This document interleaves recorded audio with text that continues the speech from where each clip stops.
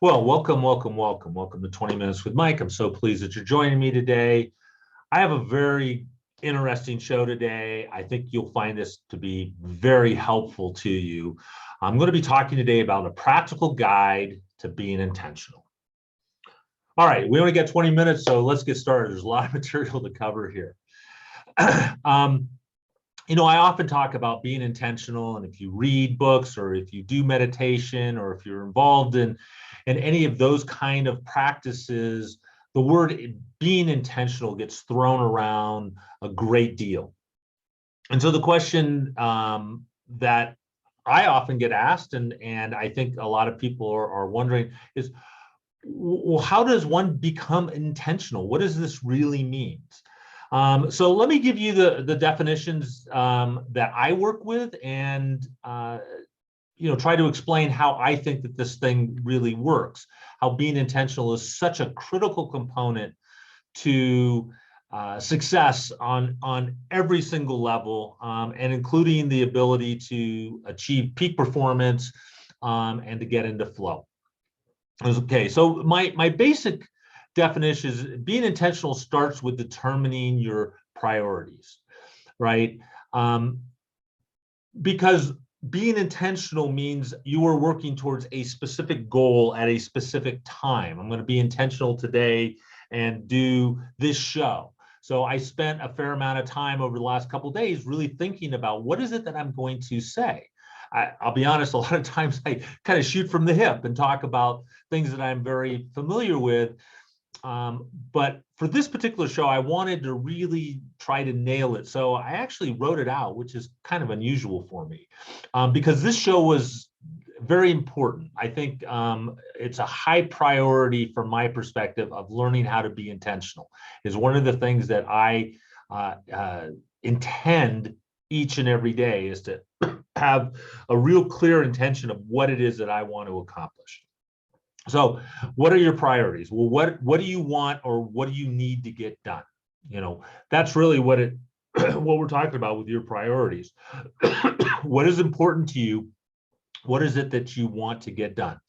And I would say that just as important are what are those things that you should not or do not want to do? Part of the challenge in 2022, and it's been this way for a while, is that there are so many distractions. There are, 500 channels on cable, and there's, TikTok and Twitter and Facebook and Instagram and all of these things that are competing for your attention. All right. And as we talked about in previous shows, your time or attention, which ultimately is the same thing, is your single most precious commodity. It is the one thing that you cannot replace. It is the one thing that you can't get more of. You have a finite amount of time. It's an unknown, but it is finite, and you can't get any more. You can't buy more. You can't rent more. You can't beg for more. You have what you have. And so one of the big things about being intentional is knowing when to say no, the art of no. And what are the things that you really either shouldn't or don't want to do and can exclude those. So part of being intentional is fixing in your own mind the things that you are not going to do. You are not going to get dragged down the rabbit hole of Facebook. You are not going to get dragged down the rabbit hole of Instagram. You are not going to sit and watch 5 hours of some show on Amazon Prime or Netflix. So priorities, that's really what we're talking about. And as I said, this is really the development of one of the key functions, one of the key factors of peak performance is the art of no.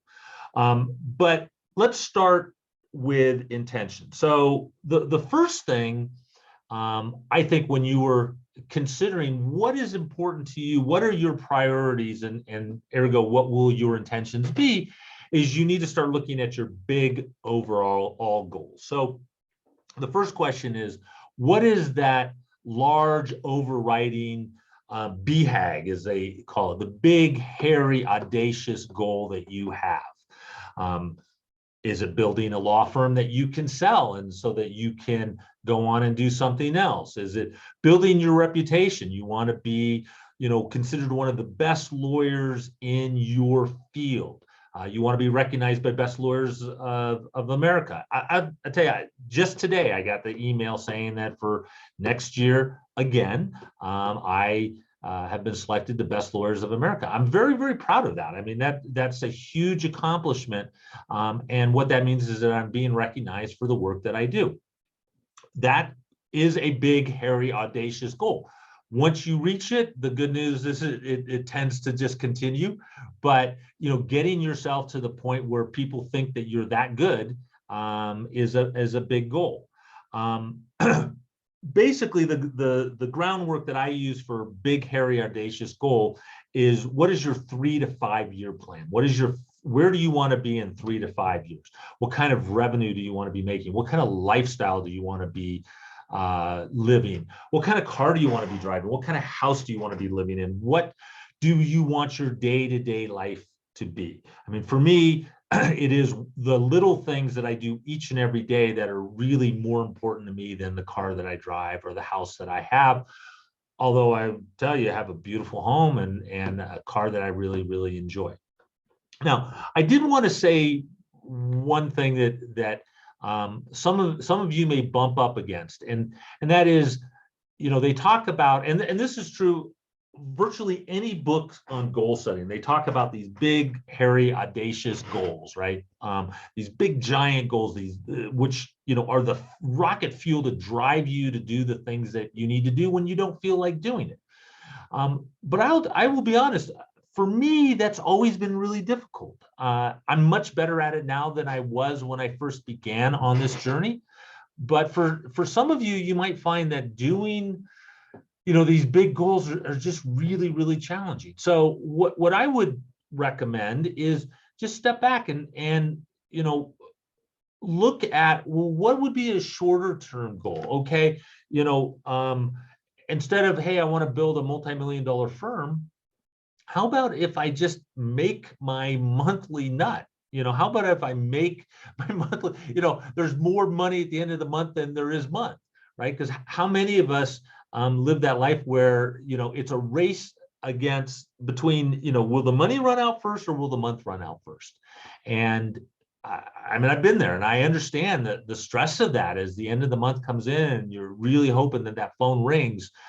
So you bring in another client or someone pays their bill, somebody owes you a bunch of money and you're really counting on that money. And then they, call you and say, hey, I'm not going to be able to do it this month, or worse. And more generally, they don't call you and you just, sit there and look at the mailbox every day, hoping that the check is there, and it's generally not. So, scale it back. Now, let me give you an analogy. When I was an expedition length adventure racer, and I was, be doing a 700 kilometer, 10-day race, 550 miles, over 10 days in Montana, something like that. Standing at the starting line, I didn't think about 550 miles in 10 days. That was just too big, too overwhelming, too depressing, frankly. So what I would do is I would just be really laser focused on getting to the first checkpoint, getting to the top of the first mountain, getting, a much smaller bite-sized goal that I was pretty confident that I could get to, and then use that as a victory to fuel me to the next stage, the next checkpoint, the next transition area.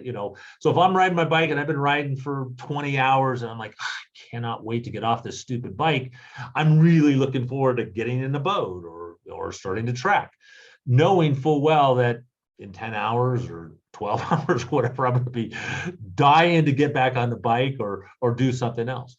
It was an interesting experience. I was doing a 24-hour mountain bike race. And when I first started the race, I was really thinking climb to climb. So each major climb, and one of the races that I'm kind of thinking about specifically, I think it had about 6 or 7 major climbs. And so I'd be thinking about those specific climbs. Later in the race, as I got more fatigued and things got more difficult, I started thinking about much shorter segments. And at one point I was just going tree to tree, and each tree was a little victory. All right, made that tree. Now I can make the next tree. Okay, made that tree, made the next tree. Because what we're really doing is we're talking about fueling ourselves with victories, right? They may be little tiny victories, but achieving that. And this is part of what you want to do when you're talking about living intentionally, is achieving small victories that will help fuel you to the next goal. All right. So that's really what we're talking about. So the first thing is you got to kind of figure out, what is it, your overall goal? What is the basic direction you're going? Are you heading north? Are you heading south, east, west? At least you're going in the right direction. You may not completely have the route figured out. You may not even know exactly what vehicle you're going to take, but at least you know the general direction that you're going to go. And then the question that you have to ask yourself is, once you've come up with a general idea, now being as specific as you can is super helpful. But I found that personally for me to be very challenging. And so sometimes I had to use real generalities. Just know, hey, I want to change my lifestyle in some fashion. So here's the next step. What is the 1 to 4 things that you can do every day that would move you towards that goal? So maybe it's reading. Maybe one of the things that you really need to do is you just need to start reading. So, read for 15 minutes. Maybe it's meditating. Maybe it's exercise. Hey, part of your goal is get yourself in shape, and you've been spending too much time on the couch. All right, so what is it that you could do every day? And maybe that's just go for a walk. Maybe it's, a 10-minute walk, a 15-minute walk. What is the, 1 to 4 things that you could do every day that if you set up a checklist, and I have a checklist, in my journal, this part right down here, whoops, there it is the sacred things that I try to accomplish every single day, and I check them off. And again, not only do I get the victory of doing it, but I get the victory of checking it off too. I think today was 226 days in a row of meditating. That's a big victory, right? I'm working on a year now. If I make it, great. If I don't make it, but it's a little victory that moves me forward. Okay. So like one of the things, if you're working on your financial situation, one of the things that you want to do is improve that. One simple thing that you could do every single day is look at your bank account. I mean, because all of this stuff is online now, you could take 30 seconds, call it 3 minutes. All right. Log on, check your bank account. And I can pretty much guarantee you that if you look at your bank account every single day, your spending habits will change and your financial situation will begin to improve. The worst thing about for financial things is to not know, to not balance your checkbook, to not know where the heck things are. I look at my bank account every single day, and that is, I would say, one of the things that really turned my financial ship around, both for the firm and for me personally. All right, so what's the next thing you do? What are the short-term goals? The 6 month to 1 year goals. So, these would be like in the long race. Hey, I want to get to this checkpoint, or I want to get to day 3, or we did this race in Australia where there was mid camp, right? And you had to stay there for 4 hours. And so, that was the short-term goal. I wanted to get there because I knew if I had to stay there for 4 hours, I was going to get to sleep. Hopefully these short-term goals are going to support the longer-term goals, right? So getting to mid-camp, it wasn't halfway in the race, but it was close, and it really moved me forward. So, what you're trying to do is set up, you have your big goals, and then you have all your little intermediate goals that will fuel you with victories. So these small daily activities that are supporting that. And if you're in a situation, hey, I want to lose some weight, or hey, I just want to eat better, or hey, I just want to improve my general fitness. Let's use that as an example. What are the little tiny things that you could do every day? Whether it's stretching, getting on a bike, going for a walk, doing yoga, going hiking, You know, there's a million things that you could do each and every day. Lift weights, do some push-ups, do some sit-ups. I mean, there's a million things that you could do that could make a huge difference. All right, now let's keep pulling things back here.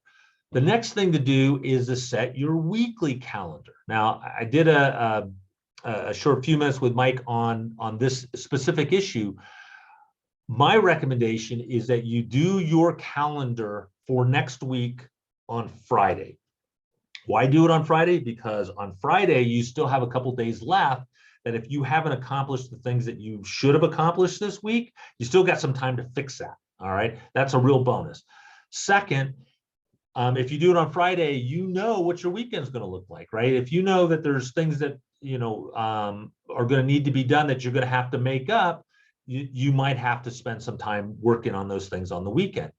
On the inverse, it'll give you the freedom to know, hey, I'm totally good. I don't need to do anything this weekend, and I can completely relax, and I can binge watch whatever I want, or, you know, I can go do whatever it is I want. It gives you a real good assessment of where you are. Second thing, so that's really important. I think the Friday has really worked well for me. Then what you do is you basically figure out what are the big ticket items that you have to do, the things that are etched in stone. If you're a lawyer, you know, go into court, and, you know, certain meetings that you have to attend, or certain things that, you know, certain functions that you have to attend. And those are kind of the big rocks that you fit in there. And then the other big things that may not have set times, but you know that you need to get done, you know, so like for me, a lot of times it's going to the jail. How do I go to the jail? You know, that's a big time suck. Where do I fit that in? So those are the big things. And then you figure out where best are those going to fit? Where is it going to be the most convenient? Where is it going to be the most efficient? All right. And then you organize your tasks and time, or I should say, as you are organizing your tasks, you need to give yourself a pretty general idea of how long this is going to take. Is this an hour?